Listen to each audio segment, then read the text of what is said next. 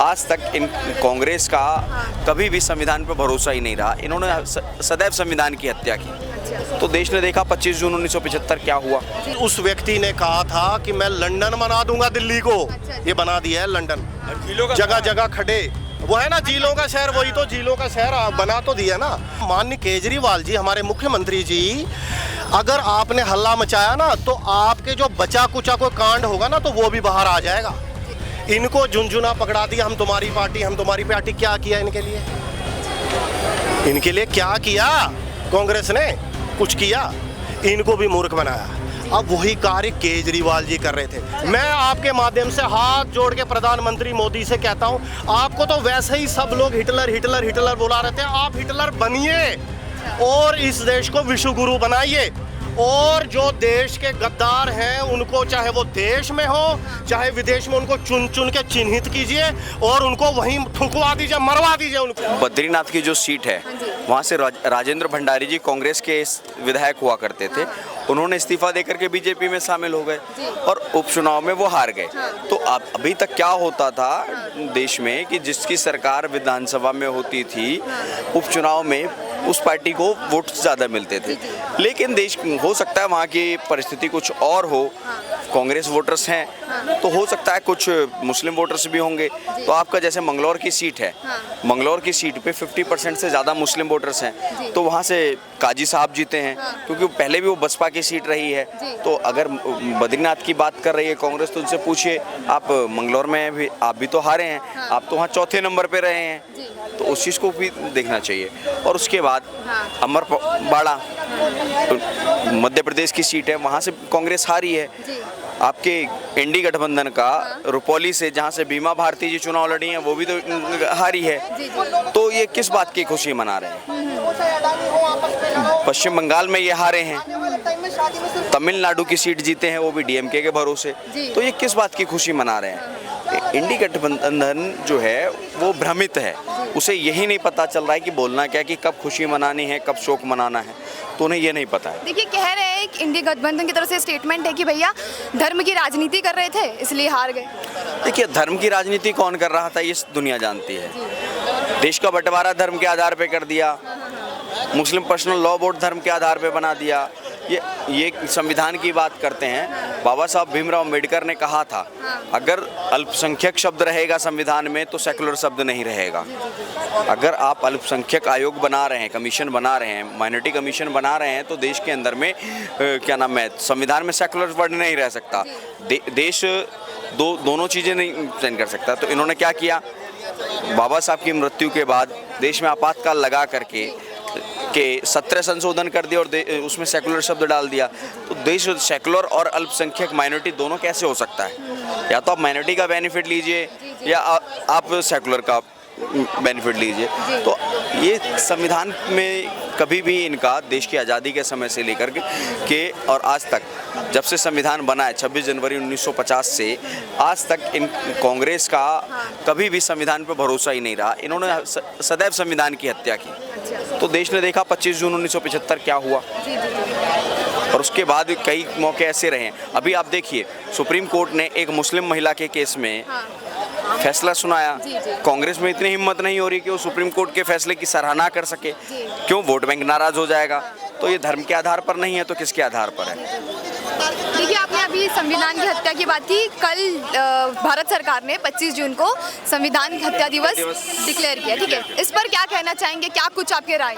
देखिए, पहली चीज, देश के हर नागरिक को पता होना चाहिए कि 25 जून 1975 को क्या हुआ था। ये जिस संविधान को आज बताने की बात करते हैं, उस संविधान की हत्या तत्कालीन सरकार, हारी हुई प्रधानमंत्री ने, और जब 6 साल का उन पर बैन लग गया था, तब उन्होंने क्या किया, बकरुद्दीन जो उस समय में राष्ट्रपति थे, उनके द्वारा सत्ता का दुरुपयोग किस तरीके से किया, ये देश ने देखा।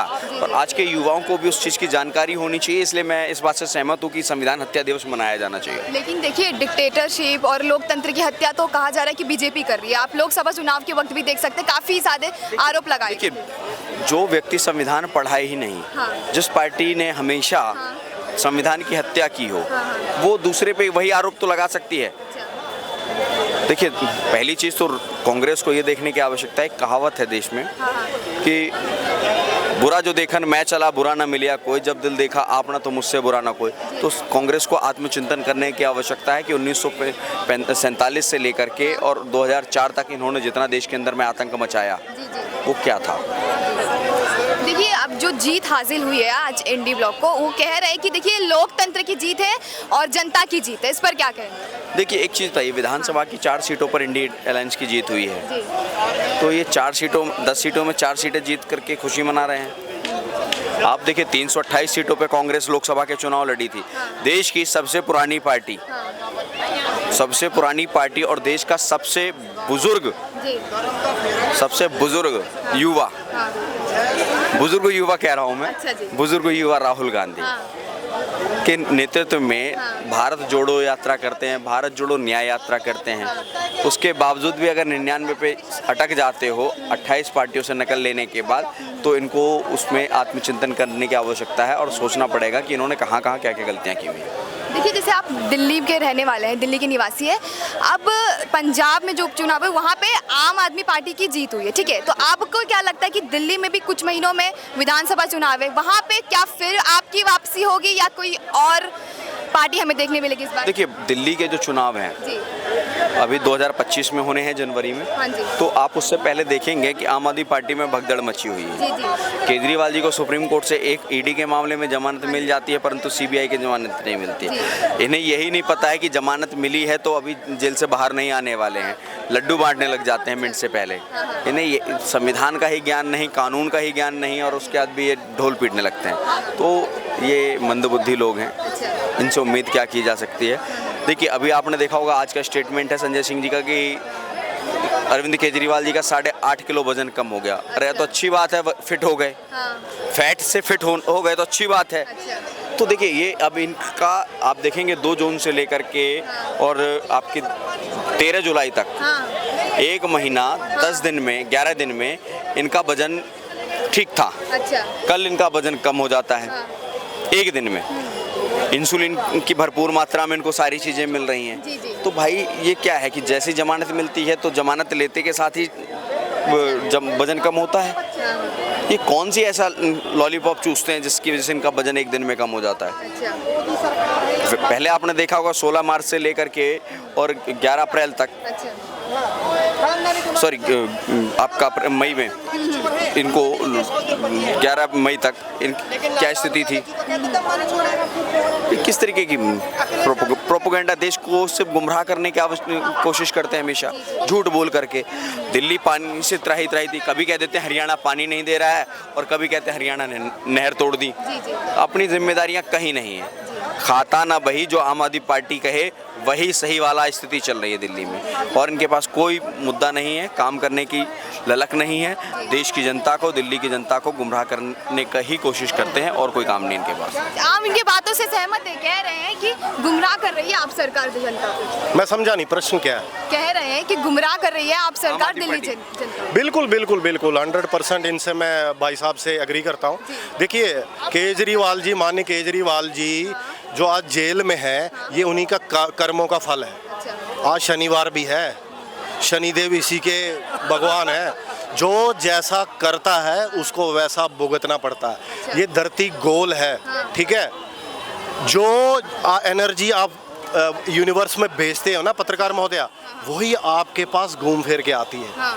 केजरीवाल जी के साथ जो कुछ भी हो रहा है वो उनके अपने ही कर्मों का फल है, और कुछ नहीं। अरे लेकिन क्या है कि उन पे आरोप लगाया जा रहा है भैया, ये सब आरोप लगाया जा रहा है। आरोप लगाने की जरूरत क्या है, वो जेल में ही है, अब आरोप क्या लगाना है उन पे। देखिए, कोई भी सरकार जो है वो किसी को जेल में नहीं डालती। इसका मतलब आप माननीय सर्वोच्च न्यायालय पे प्रश्न चिन्ह उठा रहे हैं, और इसके पता है आपको इसकी सजा क्या होती है? अगर मैं अभी ये कह दूं ना कि उसको गलत जेल में डाला गया तो मुझे भी जेल हो सकती है। ये आपको पता है? ये हमारे आईपीसी का कानून है। कोई भी व्यक्ति को बचना चाहिए ऐसा देखिए, आप किसी भी राजनीतिक पार्टी पे आप टिप्पणी कीजिए, लेकिन माननीय सर्वोच्च न्यायालय पे टिप्पणी करना बहुत ही गलत बात है। केजरीवाल को जो सज़ा दी गई है वो हमारी जो भारत की दंड जो ये पालिका है उसके अनुसार दी गई है, ठीक है, कानून के तहत। तो कानून के तहत उसको बताया गया है। उस व्यक्ति ने कहा था कि मैं लंदन बना दूंगा दिल्ली को, ये बना दिया है लंदन। जगह जगह खड़े, वो है ना झीलों का शहर, वही तो झीलों का शहर बना तो दिया ना। देखिए, वो कहते थे जमुना को मैं साफ कर दूंगा, मुझे 1 साल दे दिए, जमुना तो ऐसे ही बना दूंगा इस पे, जैसे लंदन पेरिस में वो चलती है ना किश्तियां, और लोग उसमें घूमते हैं, खुशबू आएगी चारों तरफ। अभी चलिए आप मेरे साथ, आप देखिए वो काला गंदा नाला क्या बदबू उस पे आती है। अभी दिखाता हूँ आपको, क्या पत्रकार महोदय उस पर क्या खुशबू आ रही है। तो केजरीवाल जी ने कौन सी बात उन्होंने जो आज तक की जो उस पर वो सती हुई है उनकी, 7 में से 60 सीटें इस बार भाजपा ने जीती हैं। तो देखिए, जो